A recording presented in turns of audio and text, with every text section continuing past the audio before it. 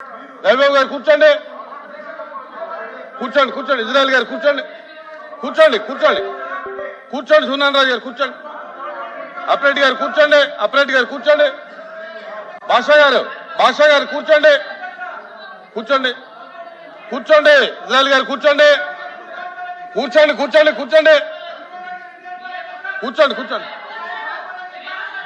కూర్చోండి. ఇజ్రాయల్ గారు నా అధ్యక్ష, కూర్చోండి. గౌరవ సభ్యులు 2019 నుంచి 24 వరకు చంద్రబాబు నాయుడు గారు పారిపోయారని మీరు అంటున్నారు అధ్యక్ష.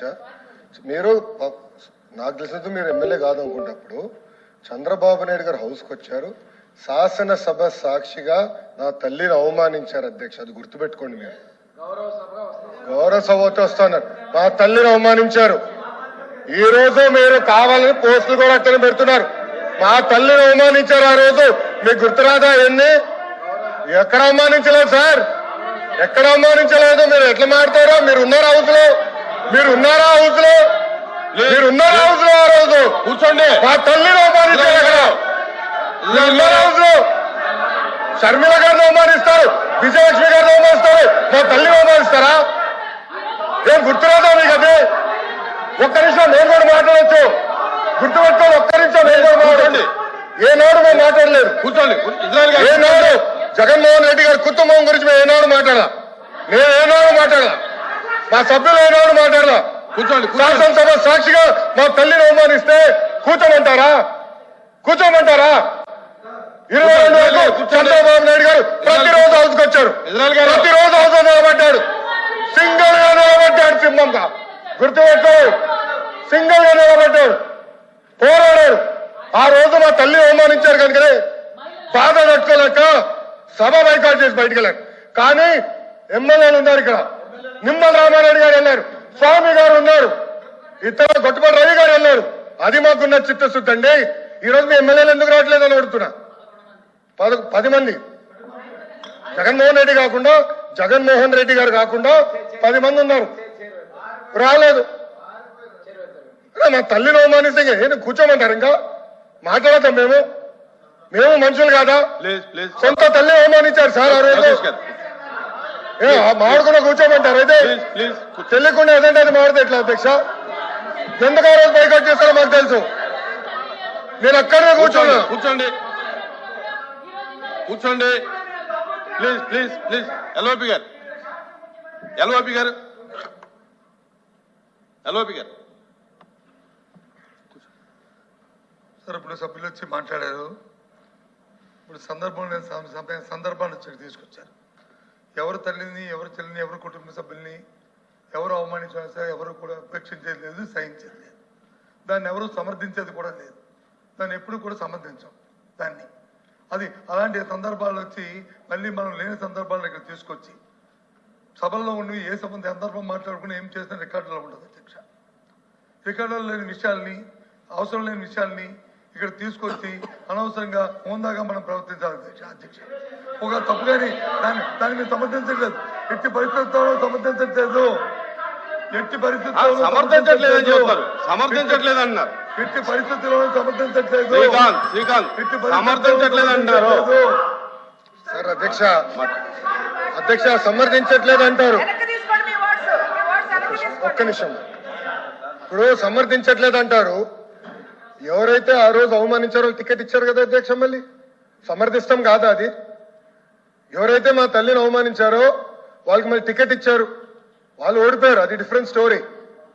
బట్ టికెట్ ఇచ్చినప్పుడు సమర్థిస్తాం కాదా అధ్యక్ష? అది ఎట్లా మారుతారు అధ్యక్ష? ఎల్ఓపి గారు దయచేసి ఆలోచించమని కోరుతున్నా.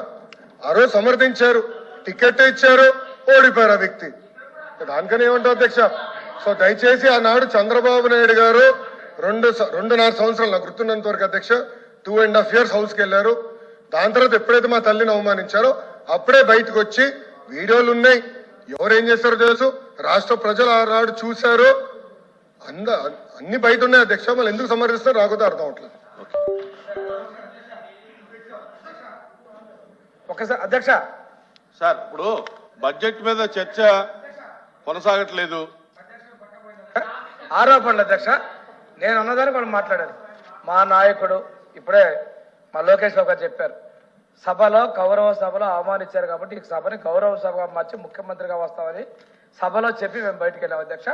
సమాధానం ప్రజలకు చెప్పకుండా వెళ్ళలేదు అధ్యక్ష. రెండోది, బొత్స గారు ఎల్ఓపి గారు 2014-19 ఇదే హౌస్లోకి మాట ఇచ్చారు అధ్యక్ష. ఆ రోజు వాళ్ళ నాయకురాలు గురించి ఎవరైతే వాళ్ళ నాయకుడు ఉన్నాడో తండ్రిని అడ్డం పెట్టుకుని 1,00,000 కోట్ల దోపిడీ చేసినమాట వారు మాట్లాడింది వాస్తవం, రికార్డ్స్. రెండోది అధ్యక్ష, దయచేసి గతం గురించి వెళ్ళకండి.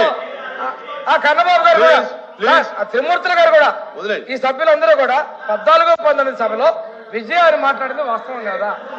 విజయమ్మ గారు మాట్లాడింది వాస్తవం కాదా?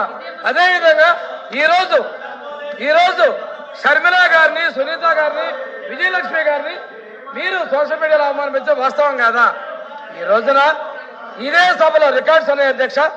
మేము ఎవరైతే మహిళల్ని కించపరిచారో ఆ సభ గురించి మాట్లాడాం, కానీ ఈ రోజు మీరు ఎందుకు సభకు రాలేదు?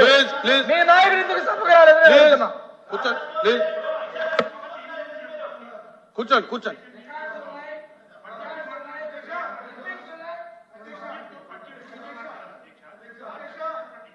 కూర్చోండి, మీరు కూర్చోండి. ఆయన మాట్లాడుతున్నారు కదా, కూర్చోండి. సభని సాంప్రదాయంగా జరుపుకోవాలనేది మా తాలూకా భావన. మేము ప్రజల తరఫున సమస్యను ఇక్కడ ప్రతిబించి దానికి ప్రభుత్వం ద్వారా సమాధానం రాబట్టడం అనేది మా బాధ్యత. ఆ బాధ్యత గుర్తరిగి మేము చేస్తున్నాం. లోకేష్ గారు మంత్రి గారు మాట్లాడిన దానికి ఎట్టి పరిస్థితులకు సంబంధించిన సమస్య లేదు అని తీవ్రంగా చెప్తున్నాం. అయినప్పటికీ కూడా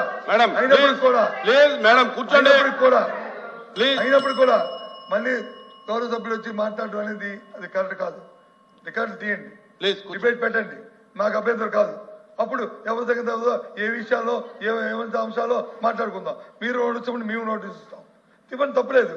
కానీ లేని సమస్యని, అవసరం లేని సమస్యల్ని, మన గౌరవాన్ని మనం కాపాడుకుని మన గౌరవాన్ని తగ్గించుకునేటట్టు ఈ అవసరం మాత్రం ప్రవర్తించాలని కోరుతున్నాను.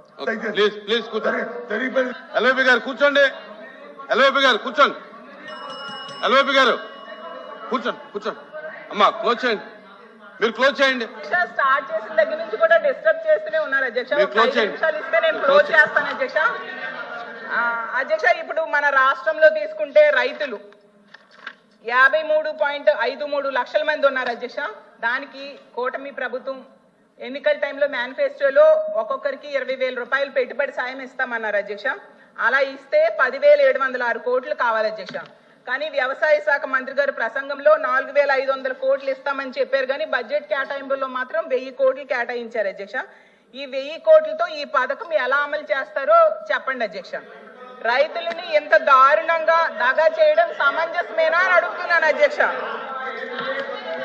అలాగే తీసుకుంటే అధ్యక్ష, ఈ బడ్జెట్ లో కొన్ని అసత్యాలు, అర్ధ సత్యాలు కూడా చెప్పడం జరిగింది అధ్యక్ష మంత్రి గారు. రాజకీయ